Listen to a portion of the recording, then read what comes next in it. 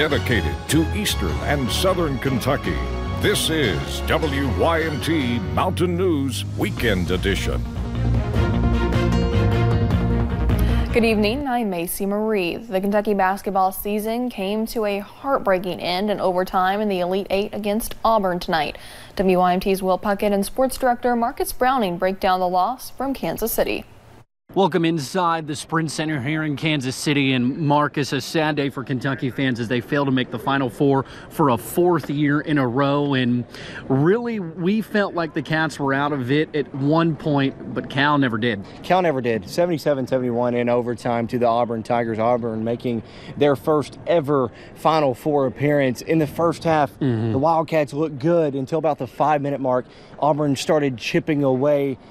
But even though that lead started coming down and the Wildcats didn't get off to the best start in the second half, John Calipari says he thought that the Wildcats were in this one until the very end.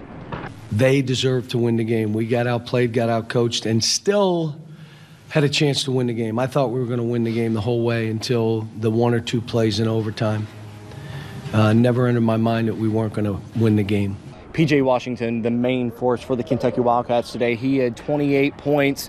He says he feels like he left it all on the court, but the Wildcats unable to get the job done here in Kansas City. Yep, like you said, 77-71. And Marcus, Kentucky lost even though they were able, for the most part, to keep Auburn from hitting threes on this floor, which they sunk 17 of them against North Carolina. I met up with a handful of fans after the game, and some of them said it just came simply down to defense in the paint.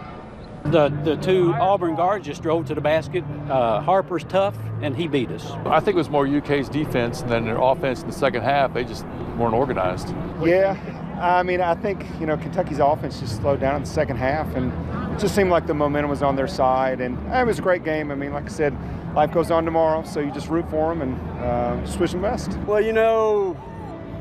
I think our game plan was working, and then it just didn't work.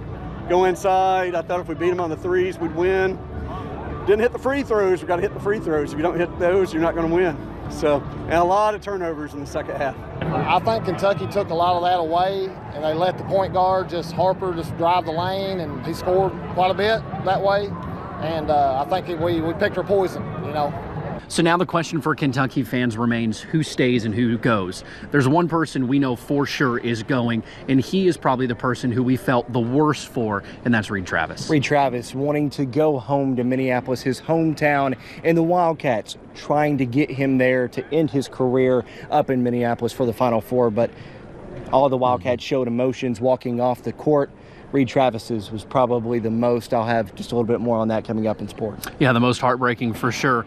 Kentucky drops a heartbreaker here in the Elite Eight to Auburn 77-71. Inside the Sprint Center, he's Marcus Browning. I'm Will Puckett. We'll send it back to you. And Kentucky fans on State Street in Lexington were wanting to have a celebration. Instead, they mourned a defeat. Lexington police were prepared for either outcome, but after the loss, there were few problems. As the game tickled down, stop signs were taken down, streets were closed, and dozens of officers stood at ready in riot gear. After the game ended, many simply left their homes and walked.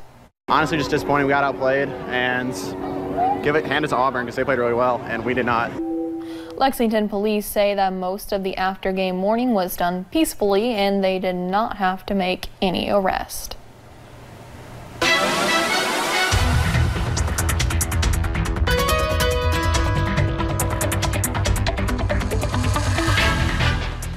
And we did see that sunshine return today, but we also saw those cooler temperatures return. And a little bit of more bad news for your Sunday night is that we're going to see those cooler temperatures drop even more as we head into the overnight hours. You'll notice here as we look to some of our cameras right along Interstate 64 in Moorhead, those clear conditions, which is what's going to make tonight pretty chilly. And as we look at satellite and radar, much of the same story, not a cloud in the sky. Those temperatures are into those lower 30s for most, those mid 30s in some spots, and we'll continue to see those temperatures drop. Like like I said, as we head into the overnight hours. And really compared to this time yesterday, we're about 30 degrees cooler than we were at this time yesterday, as we saw that cold front move in a little bit later last night, and that's what has provided the cooler air really all day. And as we look at the headlines for tonight, we do have that freeze warning overnight as temperatures drop well below freezing. Sunshine does continue as we head into the first full week of April, and good news is that we do start to warm back up. It's just a matter of when. We'll talk about that and more coming up in just a little bit. Macy. All right, thank you, Paige. A new development in a Whitley County murder case. A criminal complaint says the same day a woman was shot to death, the suspect, Daniel Nates, and another man, David Huff, held someone at home in Whitley County against their will. Huff faces federal kidnapping charges. Investigators say on March 16th, Jerry Johnson, who was pregnant at the time, was brought to Baptist Health Corbin by her boyfriend, Nance, with a gunshot wound, Johnson died the same day. Her baby, Amelia, was delivered, but also died just a few days later. According to a criminal complaint, the same day Nance and Huff held a person against their will at a Whitley County home. Police arrested a man who works as a massage therapist in a Louisville mall, accusing him of sexual abuse for clients and saying he did that twice. Wankin Chin faces charges of rape, sexual abuse, and bribery. Police say the first incident was reported in December by a woman getting a massage at the Relax Place in Mall Street, Matthews. Chin was arrested on Friday, and he was released from jail on a $10,000 bond. Jackson County Middle School students in the club REACH are building warming stations for the homeless in their community.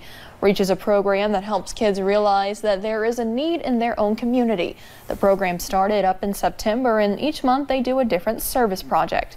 The month of March, they decided to build not one, but 2 warming stations that will be equipped with beds, food, and positive messages from the students.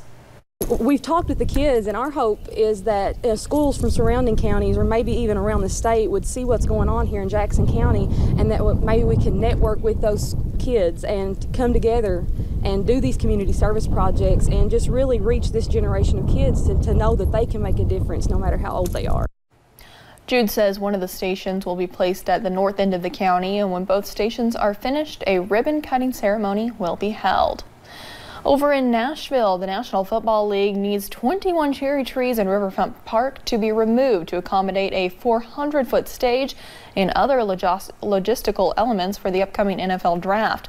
The proposed removal faces backlash from locals. In a tweet, Mayor David Briley canceled Monday's removal of the trees and said that he informed the NFL and the Nashville Convention and visitors that the trees will have to be removed intact and replanted elsewhere in the city. And over in Knoxville, police are investigating a shooting that left one person dead near a nightclub. 2 other people were also injured. Police did not release the identity of the person killed. It happened just after 4 this morning at Vibe Nightclub, which is off Broadway Street. Over in West Virginia, a contest deadline is this week for school children to raise awareness about painkiller abuse. Attorney General Patrick Morsi says the Kid Kicks Opioid Contest is open to elementary and middle school students.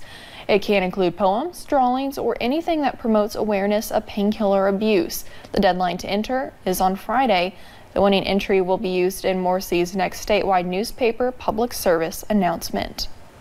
A man faces charges in connection with the death of a University of South Carolina student who police say mistakenly got into a car she thought was her Uber ride. The murder has students on the campus concerned after what happened to 21-year-old Samantha Josephson. She was a senior studying political science.